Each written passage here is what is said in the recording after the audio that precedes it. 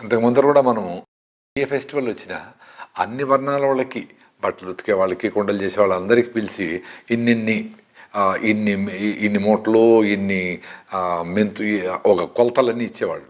అంటే పండిన పంట అంతా రైతే స్టాక్ చేసినా ఒక స్టాక్ పాయింట్ లాగా ఉండి దాన్ని ప్రొటెక్ట్ చేసేవాడు. కానీ చావు వచ్చినా, పండగ వచ్చినా, తద్దినం వచ్చినా, పెళ్ళి వచ్చినా అందరిని పిలిచి ధాన్యమంతా పండించినంతా ఏ రకంగా కొలతలు వేయాలా, ఏ రకంగా ఇవ్వాలా అనేది కూడా డిఫైన్ చేసి ఉండేవాళ్ళు. ఆ రకంగా ఇచ్చేవాళ్ళు. ఈ వ్యవస్థ ఎందుకు బ్రేక్ డౌన్ అయింది? అందరూ హ్యాపీగా ఉండి అందరూ పన్ను దొరికి ఏ పనిని డిస్రెస్పెక్ట్ చేయకుండా, మాకు చాకలోళ్ళందరూ వస్తే వాళ్ళు ఎంత గౌరవమో, ఏమక్క బాగుండవా అని మాట్లాడేవాళ్ళు. ఇంట్లో సంబంధాలు కలుపుకునే లెవెల్కి ఉండేది వాళ్ళు కూడా. ఇప్పుడు డిస్రెస్పెక్ట్ చేసేవాళ్ళు కాదు. ఇది సడన్గా ఈ పని సాఫ్ట్వేరే గొప్పది, మిగతా అన్ని పనులు చిన్నది, వ్యవసాయం అంటే చిన్నచూపు, వ్యవసాయంలో చేసేవాళ్ళు పిల్లనివ్వరు, వ్యవసాయం వేస్టు, కొండలు వేస్టు, కమ్మరి వేస్టు, ఈ వ్యవస్థ ఇది అంత సడన్గా అయిందా? మనమంది ఎడ్యుకేటెడ్ అని అనుకుంటా ఉన్నాం కదా. మరి దీంట్లో ఉండే బ్యూటీని మీరు ఇంతమంది కుండలు చెప్పినట్లు వచ్చేదే కొన్ని రకాల చెక్కలు చెరువుకి లాక్ చేసేవాళ్ళు, తూములు. ఆ తూముల్లో నుంచి నీళ్లు ఫ్లో అయ్యేటప్పుడు ఆ చెక్కకు తగిలిపోతే ఇంప్యూరిటీస్ అన్నీ పోయేటివి, నీళ్ళకి కొన్ని రకాల మెడిసినల్ ప్రాపర్టీస్ వచ్చేటివి. అది ప్రతి ఒక్కటి ఈ చెక్కే చేయాలి, ఇదే చేయాలి, అన్నీ డిఫైన్డ్గా ఉన్నారు. అవన్నీ ఎందుకు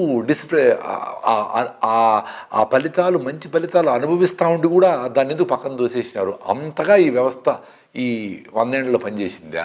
మన బుద్ధి అంతా ఏమైంది? నిజంగానే మనం ఆ రకమైన వ్యవసాయ విధానాల్లో మంచి ఆహారం తింటా, అన్ని రకాలు ఇంటెలిజెంట్గా ఉంటా ఉండి కూడా ఇవన్నీ ఎందుకు పోగొట్టుకున్నాం? అయితే మనం ఇంటెలిజెంట్గా ఉన్నాము అని అనుకుంటున్నాం, కానీ అసలు ఇంటెలిజెంట్గా లేవు.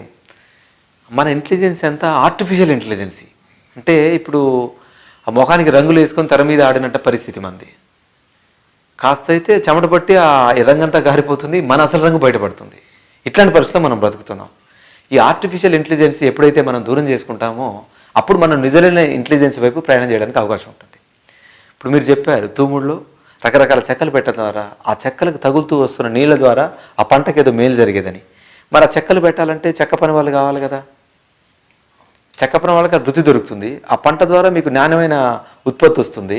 మీకు నాణ్యమైన ఉత్పత్తి వచ్చి మీరు ఆర్థికంగా వృద్ధిలోకి వస్తే మీరు మమ్మల్ని మర్చిపోతారు. మరి మేము మా వృత్తి వ్యాపారాలు ఎట్లా చేసుకోవాలా?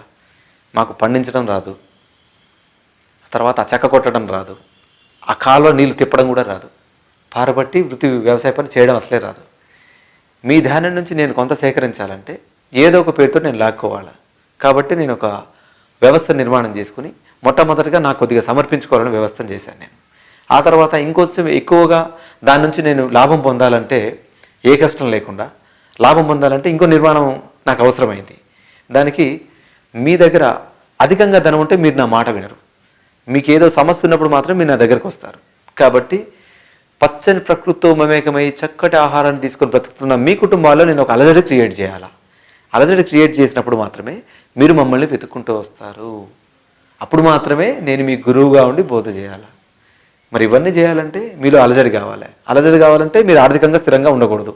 ఆర్థికంగా స్థిరంగా ఉండకూడదు అంటే ఖచ్చితంగా మీకు పంట పూర్తిగా మీ ఇంటికి రాకూడదు. దానికి మేమేం చేయాలా? ఆ పంట తగ్గడానికి నేనేం చేయాలో అవి చేసుకుంటూ వస్తాను. పంట తగ్గిపోతుంది, మీ ఆర్థిక వ్యవస్థ తగ్గిపోతుంది. అప్పుడు మీరు ఎత్తుకుంటూ వస్తారు, గురువుగారు నాకు ఇప్పుడు పంట తగ్గింది, ఇప్పుడు నేనేం చేయాలా? అప్పుడు నేను చెప్తా, ఫలానా కంపెనీ మందువాడు నీకు బెనిఫిట్ వస్తుందని. ఆ మందుల కంపెనీ వాడు నాకు సగం ఇస్తాడు. వాడినందుకు కొంచెం పంట పెరిగితే నువ్వు కాస్త సగం ఇస్తావు. నీ పంట తిని రోగం వచ్చినవాడు హాస్పిటల్కి వెళ్తాడు. మళ్ళీ ఏ మందు వాడాలో మేమే చెప్తాం. సో ఇవన్నీ యూనివర్సిటీల ద్వారా, విద్యా సంస్థల ద్వారా కూడా ఇది కరెక్టే అనుకునే విధానంలోకి వచ్చేసింది కదా మొత్తం వ్యవస్థ అంతా. మేము మా సుఖం చూసుకున్నాం, మీ 1000 మందిని కూడా మా ఒక్కరి సుఖం కోసం చంపేయడానికి సిద్ధపడ్డాం. మీరు ఎక్కడ తెస్తే మాకేంటి? మాకు కావాల్సింది మా ఆర్థిక వ్యవస్థ తయారుగా తిని సుఖంగా కూర్చోవడం. కాబట్టి మేము ఆ నిర్మాణాలు చేసాం సమాజంలో. ఇంతమంది చెప్తున్నారే ప్రకృతి సహజ సిద్ధ వ్యవసాయం చేయండి అని ఏ గురువు ఎందుకు చెప్పరు? ఏ గురువు అయినా సరే ఖచ్చితంగా ఒక రైతు పండించిన ధాన్యం తినే జీవించాల్సిందే. పండైనా ఫలమైనా ఏదైనా, తృణధాన్యమైనా ముడి సరుకులైనా. మరి ఆ రైతు వృద్ధి కోసం మనం ఎందుకు పని చేయకూడదు? ఇప్పుడు మన సిద్ధాంతంలో మనం చెప్తున్నాం, వ్యవసాయ వృద్ధి కోసం ఒక హోమం చేద్దాం, రైతు ఆత్మహత్యలు ఆగిపోవడానికి ఒక యజ్ఞం చేద్దాం. ఓన్లీ భారతీయ సంతతంతా బాగుపడాలనుకునే స్వామీజీలు, జంబుదీప వారసులు, వ్యవసాయ వృత్తిదారులు, బాగుపడాలనుకునే స్వామీజీలు మాత్రమే మాతో కలవండి చేద్దామని అంటున్నాం. ఎవరైనా వస్తే వాళ్ళు కూడా మనం భారతీయ స్వాములుగా గుర్తించవచ్చు. ఈ అవకాశాన్ని వాళ్ళు తీసుకోరు. ఎందుకంటే మీరు ఎప్పుడు రోగగ్రస్తులుగా ఏమీ తెలుసుకోలేని స్థితిలోనే, ఆర్థిక వ్యవస్థ ఛిద్రమైన స్థితిలో ఉంటేనే మీరు మా వైపు, మా సలహా సూచనల వైపు అరులు చేస్తూ ఉంటారు. మేము మా యజ్ఞాలు, హోమాలు, యాగాలు, మంత్రాలు, తంత్రాల పేరుతో మీ దగ్గర నుంచి కావాల్సిన వ్యవస్థను తీసుకోవచ్చు.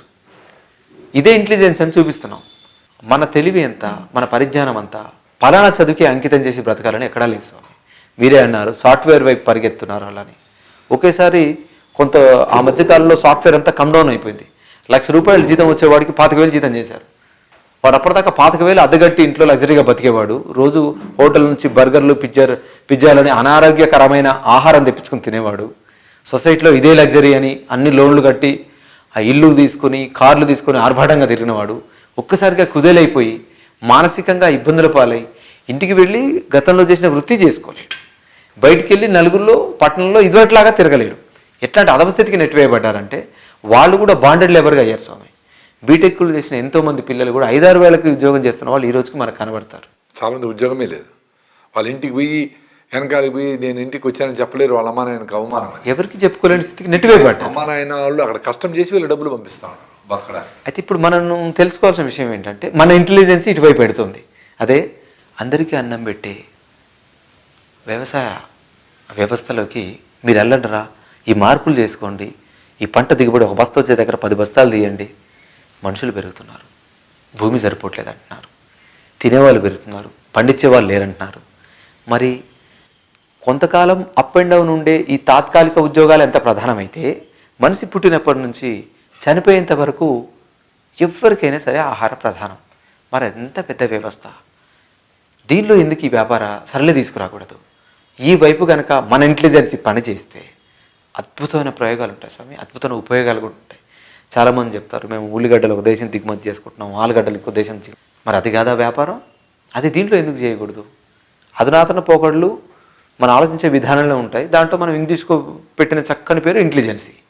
మరి మన ఇంటెలిజెన్సీ మన గ్రామ స్వరాజ్యానికి కారణం కానప్పుడు, దేశ అభివృద్ధికి కారణం కానప్పుడు ఆ ఇంటెలిజెన్స్తో మనకు పనిలేదు. ఏదైతే వృద్ధిలోకి వచ్చే ఇంటెలిజెన్స్తో దాన్ని వాడదాం. సాఫ్ట్వేర్ వాళ్ళు సాఫ్ట్వేర్ చేయనియండి, హార్డ్వేర్ వాళ్ళు హార్డ్వేర్ చేయనియండి. అందరూ సాఫ్ట్వేర్కి వెళ్తే హార్డ్వేర్ చేసేవాళ్ళు ఉండరు, అందరూ వాటికి వెళ్తే ఇటు అన్నం పెట్టేవాడు ఉండడు. బ్యాలెన్స్డ్గా ఉండాలి. మనము ఎవరికి ఏ మెసేజ్ ఇచ్చినా నిజాన్ని చెబుతూ దీనివల్ల ప్రయోజనం ఉందంటే ఆ మెసేజ్ మనం ముందుకు తీసుకెళ్ళాలి. అప్పుడు మాత్రమే సమాజం దాన్ని స్వీకరిస్తుంది, అనుసరిస్తుంది, వృద్ధిలోకి వస్తుంది.